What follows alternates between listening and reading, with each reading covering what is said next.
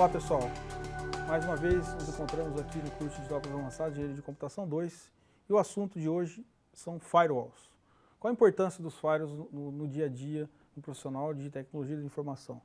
Por que isso é premente atualmente?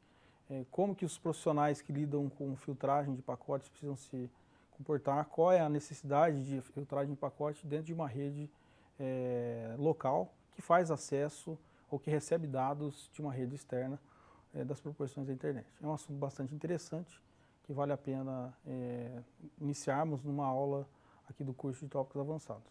Vamos lá.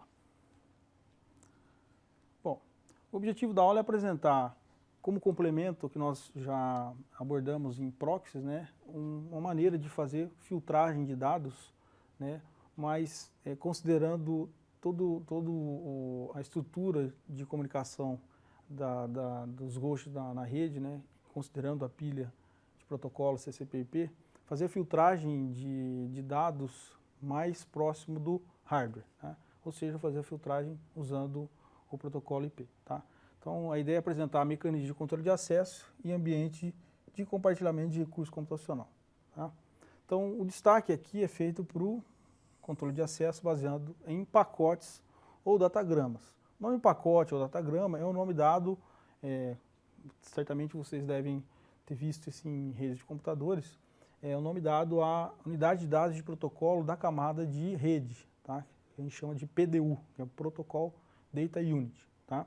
Isso é importante de ser mencionado. Então, é muito comum aparecer nos livros de redes o nome pacote ou datagrama. Tá? Então, e também entender como é que os firewalls mantêm uma rede segura e protegida de ataque externo, ou como tentam manter uma rede protegida e segura de ataques indesejados. Tá? O tempo todo as redes elas sofrem tentativas de invasão, de ataques. Qual o objetivo? Tá? Mudar conteúdo. Um outro objetivo, no caso do sistema bancário, invadir contas de usuários, fazer transferências desejadas, se passar por um outro usuário, fazendo inspeção de pacotes, bloqueando dados dentro da própria rede, impedindo que dados cheguem ao destino. Enfim, então há vários problemas associados à segurança. O firewall é um mecanismo que ajuda a garantir, ajuda a melhorar todo o viés de segurança de uma rede de dados, mas não é o único. Tá? Então é preciso, quando a gente fala de segurança computacional, pensar não só no firewall, mas pensar no ponto de vista mais técnico, né, em filtro de pacotes baseado em conteúdo, toda uma política organizacional que leve em consideração medidas de segurança. Inclusive olhar para o próprio usuário interno da rede, qual é o comportamento que ele pode desenvolver dentro de uma rede com inúmeros hosts. Então, o objetivo, né, quer dizer, a razão, né, e contextualizando para a gente estudar esse tópico, né, que de alguma maneira acaba sendo um tópico não muito explorado durante o curso de redes de computadores, né, e é um tópico bastante importante, em função do alto índice de ataque às redes de computadores. Tá? Então, e da necessidade de eu fazer o controle de tráfego também. Tá?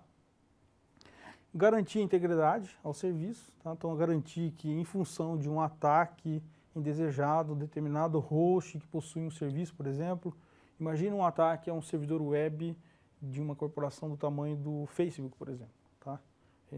Um conjunto de ataques, né? Tirar o Facebook do ar, tá? A ponto de ninguém conseguir fazer acesso às suas redes sociais. Tá? Certamente a empresa, uma organização desse porte, possui várias estratégias de filtragem de pacote, tá? Que inclusive identificam como é que é o comportamento dos atacantes. É um assunto que nós vamos comentar brevemente aqui na aula, chamada de honeypot. Tá? E em função também da alta demanda de serviços na internet.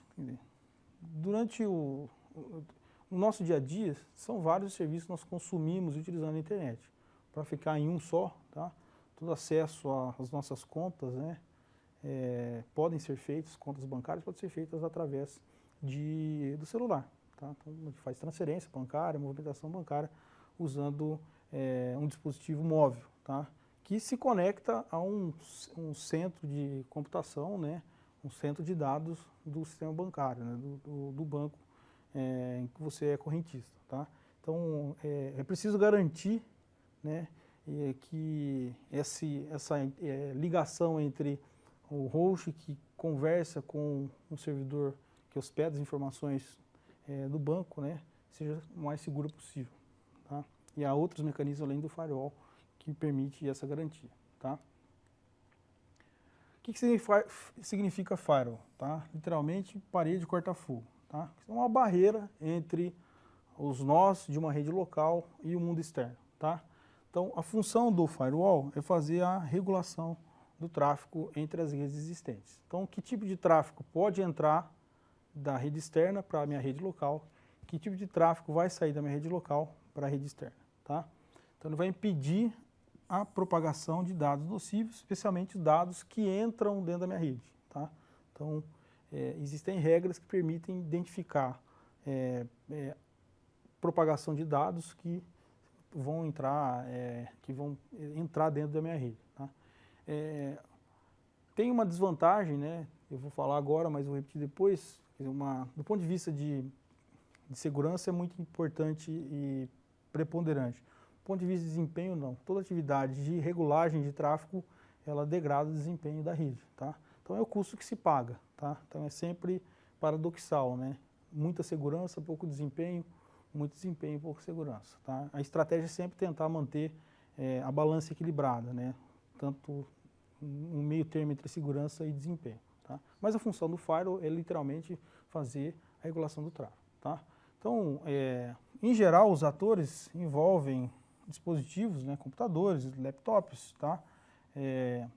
O hub é um dispositivo que praticamente não é utilizado hoje, né, quer dizer, é muito comum, né, a utilização de switches, né, e de roteadores. Tá? Em geral, o firewall é muito comum o firewall ficar entre um ou mais roteadores dentro de uma rede para limitar e delimitar o tráfego externo que entra dentro da rede. Tá? Boa parte da população, tá, que vive em grandes centros, que tem uma boa disponibilidade de empresas que fornecem solução de internet, tá, podem implementar um firewall, digamos que a gente chama firewall caseiro, quer dizer, os próprios roteadores, né, sem fio que nós compramos, a baixo custo, já possuem alguns mecanismos que impedem determinado tipo de acesso à sua rede. Então, basta fazer algumas configurações. E o mais interessante é que esses dispositivos, né, os roteadores sem fio, né, eles possuem uma distribuição Linux embarcada, tá, que utiliza uma aplicação, que nós vamos comentar daqui a pouco, chama iptables, internamente. Tá? Então, o tráfego entre a sua rede local e a rede externa, ele é bloqueado, né, ou liberado usando o iptables. Tá? Então, usando o próprio Linux embarcado e customizado dentro do dispositivo daquela natureza. O que ele não pode fazer? Tá? Então, o que um firewall não pode fazer? O firewall não resolve todos os problemas de uma rede. Tá? Então, ele não pode proteger a rede contra usuários internos. Tá? Então, não adianta ter uma política muito restritiva de acesso a dados que vêm de fora da rede para dentro da rede, se não existe uma política dentro da organização que leve em consideração também como que os usuários internos à rede precisam se comportar. Tá? Muitas vezes uma rede interna, especialmente se ela é muito grande, ela precisa ser seccionada. E alguns, digamos assim, blocos dessa rede não podem conversar com outros blocos. Tá? Então, às vezes esse tipo de divisão é feita para evitar que determinado tipo qualquer tipo de tráfego pode ser trocado entre todos que estão dentro de uma rede local. Tá? Então, há de se olhar para a rede interna também, e o firewall, logicamente, ele não consegue inibir um ataque que que é proveniente de dentro da rede. Tá? O firewall também ele não protege ninguém, né, que não passe por ele. Tá? Então, o firewall não faz proteção de uma rede cujo tráfego não passe por ele. Então, a premissa o firewall tem que ser um mecanismo, uma barreira, um muro, em que todo o tráfego de uma rede interna que vai ganhar acesso externo precisa passar por ele. Tá? E proteger contra ameaças novas. Há sempre novas ameaças. Tá? E, do ponto de vista de segurança, é sempre uma briga entre gato e rato. Tá? Que, em geral, o rato sempre está na frente. Tá? Então, uma vez que descoberta novas tentativas de ataques, novos mecanismos, isso vai sendo incorporado à política de segurança da organização e medidas precisam ser tomadas e implementadas, novas funcionalidades, né, e regras levadas em consideração no filtro de pacotes. Tá? E proteção literalmente contra vírus, propriamente dito. Há outros mecanismos que garantam isso. Garante isso. Tá? Bom, as principais características. Toda solicitação chega ao firewall, mas somente o tráfego autorizado passa a ele. Então, considerando que toda a informação vai passar pelo firewall, tá? É preciso criar regras para delimitar o que vai ser permitido entrar na rede ou não. Tá? E aí nós precisamos determinar, tá, qual o tipo de tráfego autorizado.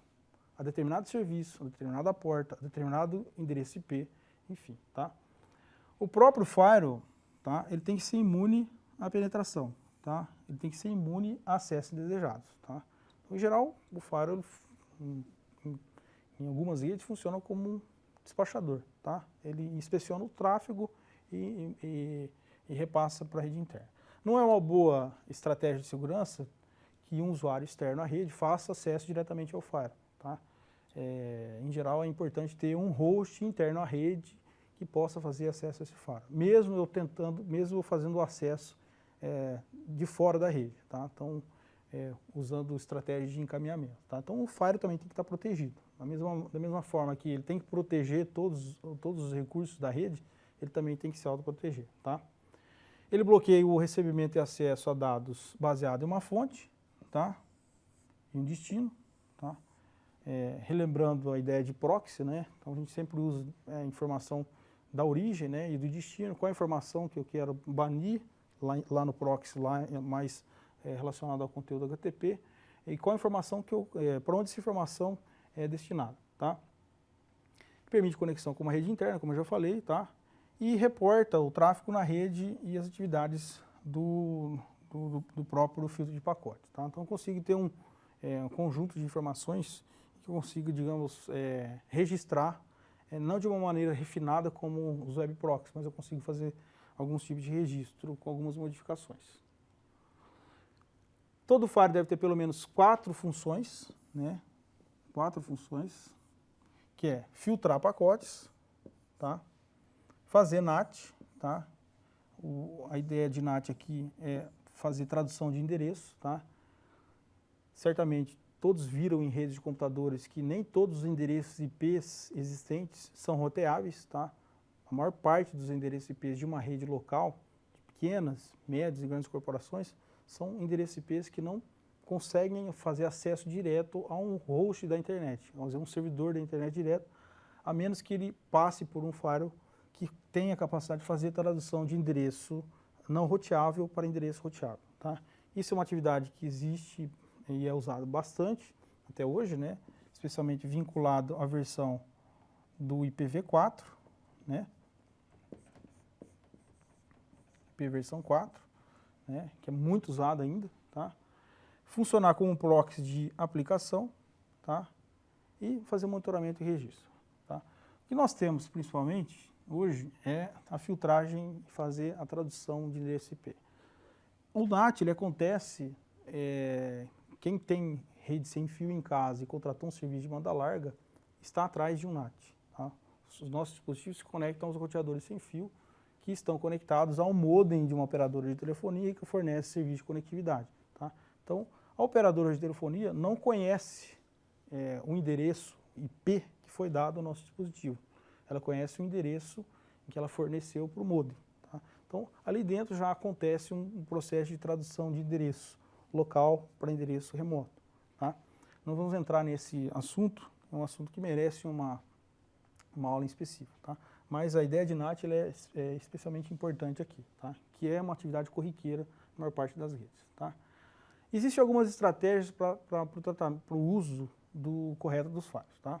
Então, estratégia de permitir tudo e estratégia de negar tudo. Tá? Bom, qual que é melhor e qual que é pior? Na verdade, uma boa estratégia é fazer uma mistura de ambos, mas sempre começar com a estratégia de negar tudo por padrão. Então, tudo é proibido, a menos que você determine o que literalmente você deseja do ponto de vista de tráfego entrando e saindo da sua rede. Tá? Então, um bom firewall, né, a primeira regra do firewall é negar tudo por padrão. Tá? Então, o firewall básico ele deve ter essa premissa, logicamente que não está na sintaxe de uma aplicação como iptables, né? Negar todo o tráfego em todos os IPs, em todas as portas, exceto aqueles permitidos, né, na porta 80 usando o protocolo HTTP, exceto o tráfego HTTP, né, e eu vou negar o tráfego HTTP com conteúdo de vídeo, tá?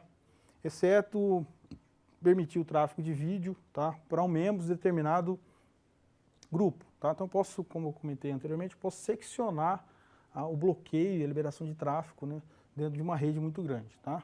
Então, N regras podem ser criadas a partir disso, tá? Há dois tipos principais de firewalls, tá? O filtro de pacotes e o servidor proxy, que nós já comentamos na aula anterior, tá? É uma boa ideia fazer a combinação desses dois, de repente, não necessariamente na mesma máquina, tá? Porque o proxy, especialmente se ele trabalha, se a ideia do proxy é fazer cache de informação, ele vai consumir muito recurso, muito dado, tá? Então é uma boa medida separar um filtro de pacotes com o proxy, fazer eles conversarem antes dos dados seguirem para a rede externa. Bom, o que é filtrar? Na verdade, é peneirar, né, ou separar as informações, tá? Controlar o tráfego que entra e que sai, né? Incrementar a segurança, tá? Tornar os dados trafegados transparentes aos usuários, né? E existe uma grande variedade de firewalls no mercado, tá? O filtro de pacotes ele funciona seguindo algumas outras regras, né? Que é usando endereço de IP de origem, IP de destino, protocolos do tipo TCP, UDP e o protocolo de controle de mensagem na internet, que é um protocolo para obter informações do host, né? Então, quando a gente dá um ping em determinado site, um determinado IP, né? É esse protocolo aqui que nos traz informações se esse IP ou esse host ele está ativo ou não, tá? Portas TCP ou UDP de destino, né? E tipo de mensagem, tá? Alguns servidores não respondem ao ping, tá? Então é muito comum, às vezes, a gente tentar procurar informação sobre se aquele servidor ele não responde. O fato de o servidor não responder a ping não significa que ele está inativo ou desligado, tá? O processo de ping, quer dizer, uma aplicação que abre conexões TCP com o servidor, tá? E esse servidor tem que tratar essa conexão e responder para o cliente dizendo que ele está ativo. Tá? O excesso de conexões TCP abertas, tá, leva a um problema bastante conhecido na área de segurança, que é o ataque negativo de serviço, e se exaure os recursos computacionais do servidor até que ele não responda mais. Tá? Então, uma estratégia, do ponto de vista de usar firewall, é desabilitar o ping para um servidor que ele é muito acessado por usuários. Tá? Então, a ideia geral é que eu tenho a rede local, a rede remota, né, a rede interna e um elemento intermediário aqui no meio que faz a filtragem, né, desses dados do ponto de vista da camada de rede, tá? Então, eu posso implementar um roteador com um filtro de pacote, ou eu posso ter um filtro de pacote separado de um roteador, tá? Do ponto de vista mais de usuários locais, né, de usuários, por exemplo, domésticos, né, é comum o roteador ter a função de filtragem de pacote também, que é o que acontece nos roteadores sem fios que nós temos em nossas casas, tá? Posso filtrar também por dispositivo de rede, tá? Posso chegar nesse nível. Tem alguns problemas que nós não vamos comentar aqui, mas citar, que é o caso do IP spoofing, né? Que é o firewall tentar evitar esse problema de um host se passar por outro, né? Eu obtendo, né, digamos assim, roubando conexões de rede, né? Quer dizer, interceptando conexões e um host se passar por outro num processo de comunicação, tá? O filtro de pacote eles não tratam de protocolo da camada de aplicação, não é uma solução única, né, é um complemento e causam, a principal desvantagem causar atraso no roteamento, tá? Tomada de decisão, o servidor proxy toma decisão baseada no conteúdo, o filtro de pacote baseado no datagrama, tá? Tem um problema relacionado a desempenho, né? O filtro de pacote tem uma vantagem por estar no nível mais baixo, tá? Por outro lado, o proxy tem uma vantagem de poder fazer auditoria, uma vez que eu faço inspeção de conteúdo, tá? Há vários tipos de firewalls, tá? Os mais comuns são os híbridos ou os bastion host. No caso, os híbridos é a maioria dos firewalls, né? Ele pode ser classificado como filtro de pacote ou de proxy, tá? E os bastion host, na verdade, são elementos dentro da rede, né? Que é usado entre o firewall e a rede externa, né? Então, a ideia é a gente ter por exemplo, aqui um elemento entre dois roteadores, né, que permitem eu avançar para a rede. Tá? E uma ideia de baixo em host aqui é usar o que a gente chama de honeypot, na verdade, que é todo um mecanismo firewall preparado para interceptar o modo de operação do atacante, registrar isso de modo que o administrador de rede possa tomar algumas decisões futuras. Tá? Lembrando as atividades existentes no ambiente virtual de aprendizagem, existe também uma atividade relativa a vocês tentarem colocar a mão na massa em relação aos de firewall. Boa aula e até a próxima.